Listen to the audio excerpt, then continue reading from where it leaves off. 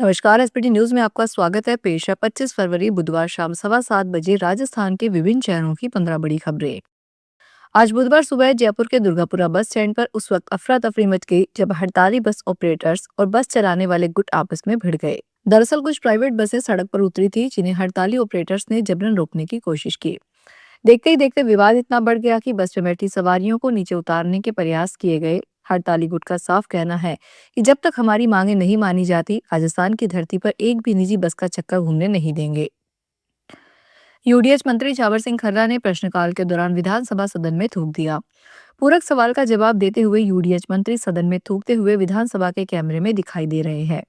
BJP विधायक कुलदीप धनखड़ के पूरक सवाल का जवाब देने के लिए 11:34 पर यूडीएच मंत्री जवाब देने लगे।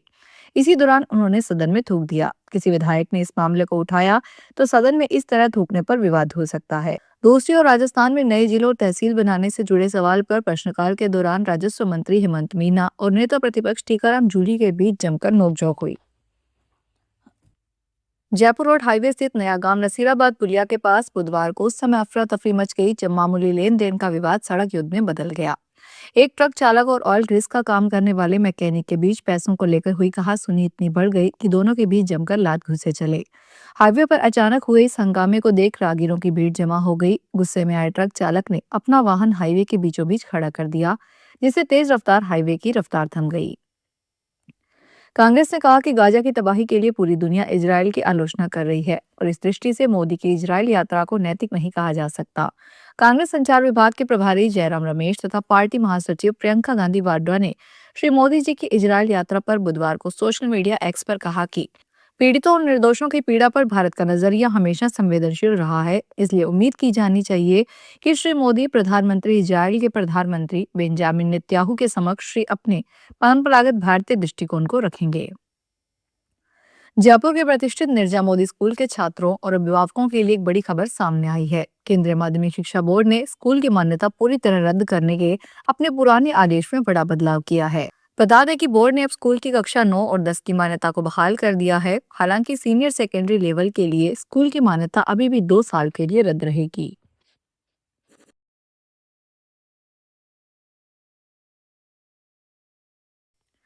सर्वाइकल कैंसर की रोकथाम के लिए प्रधानमंत्री नरेंद्र मोदी 28 फरवरी को अजमेर से ह्यूमन पैपिलोमा वायरस वैक्सीनेशन का शुभारंभ करेंगे। हर साल देश में हजारों महिलाओं की सर्वाइकल कैंसर से जान चली जाती है। वैक्सीन इस कैंसर से बचाने में एक बड़ा सुरक्षा कवच माना जाता है। हजारों में कीमत होने के चलते यह वैक्सीन गरीब लोगों की पहुंच से दूर थी। अब राष्ट्रीय टीकाकरण में शामिल होने के कारण वैक्सीन मुफ्त में लगाई जाएगी। अभियान की शुरुआत के लिए वैक्सीन की 3,60,000 डोज राजस्थान पहुंच चुकी है। फाल्गुन माह के साथ ही गुलाबी नगरी जयपुर में फूलों की खपत बढ़ गई है। शहर की जनता मार्केट फूल मंडी से रोजाना 100 टन से अधिक फूलों की बिक्री हो रही है। इन दिनों घर घर हो रहे फागोत्सव और फूलों की होली के बढ़ते चलन ने इनकी मांग में जबरदस्त इजाफा किया है। बाजार की खास बात यह है कि स्थानीय आवक के साथ साथ बेंगलुरु, पुणे, बैंकॉक और हॉलैंड से भी फूल मंगवाए जा रहे हैं। विदेशी किस्मों की मौजूदगी ने स्थानीय बाजार को अंतर्राष्ट्रीय रंग दे दिया है। शहर के आसपास स्थित बस्सी, तुंगा, जामवा, रामगढ़, चोमू और कोकस जैसे क्षेत्रों में गुलाब, गेंदा और सनफ्लावर की प्रचुर मात्रा आवक हो रही है।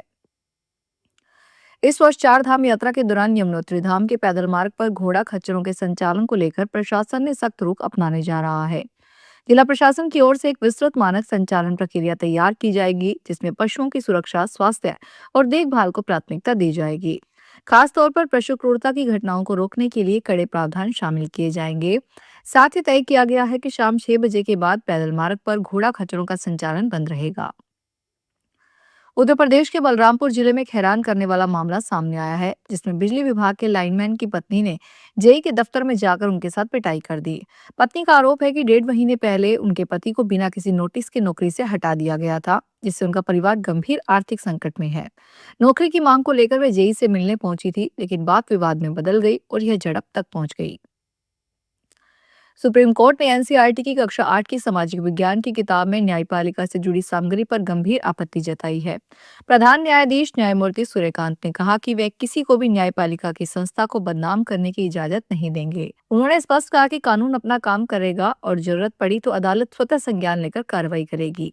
वहीं जस्टिस दागची ने इसे बुनियादी ढांचे के खिलाफ बताया। मामला उस पार्ट से जुड़ा हुआ है जिसमें न्यायपालिका में भ्रष्टाचार से संबंधित एक हिस्सा जोड़ा गया है। वरिष्ठ वकील कपिल सिब्बल और अभिषेक मनु सिंघवी ने इस मुद्दे को अदालत के सामने उठाया।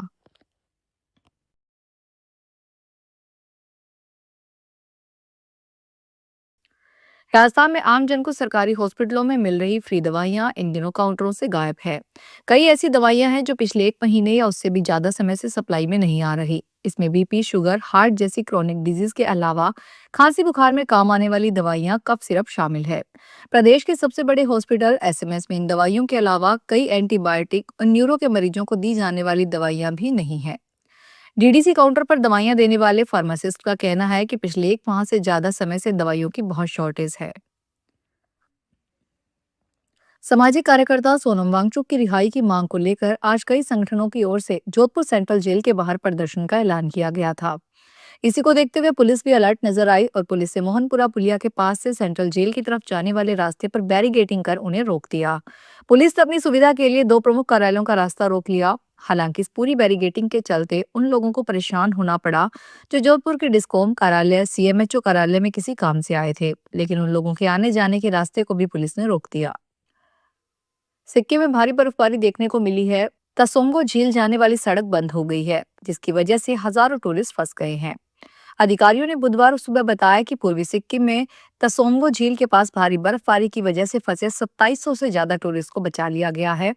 उन्होंने बताया कि शेरथांग और आसपास के ऊंचे इलाकों में भारी बर्फबारी की वजह से 541 टूरिस्ट गाड़ियां फंस गई है।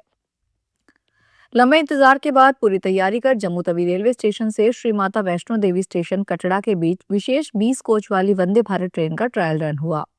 रेलवे अधिकारियों की ओर से ट्रायल रन सफल बताया गया और दोपहर को अधिसूचना जारी कर दी गई कि श्रीनगर से कटरा वंदे भारत का 1 मार्च से जम्मू तवी तक विस्तार किया जा रहा है।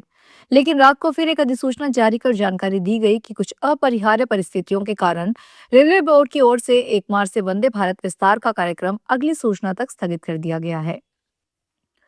अलवर में होली के मद्देनजर चलाए जा रहे विशेष अभियान के तहत खाद्य सुरक्षा विभाग ने बड़ी कार्रवाई करते हुए 180 किलो मिलावटी और सिंथेटिक पनीर को मौके पर नष्ट करवाया। जिला खैरतल तिजारा में डॉक्टर अरविंद गेट, मुख्य चिकित्सा एवं स्वास्थ्य अधिकारी के नेतृत्व में टीम ने कार्रवाई को अंजाम दिया। खाद्य सुरक्षा अधिकारी हेमंत कुमार यादव ने बताया कि मुखबिर से सूचना मिली थी कि मवाद क्षेत्र से सुबह सुबह मिलावटी पनीर किशनगढ़ और खैरथल में 170 रुपए प्रति किलो के हिसाब से बेचा जा रहा है। फिलहाल इस बुलेटिन में इतना ही, फिर हाजिर होंगे बड़ी खबरों के साथ।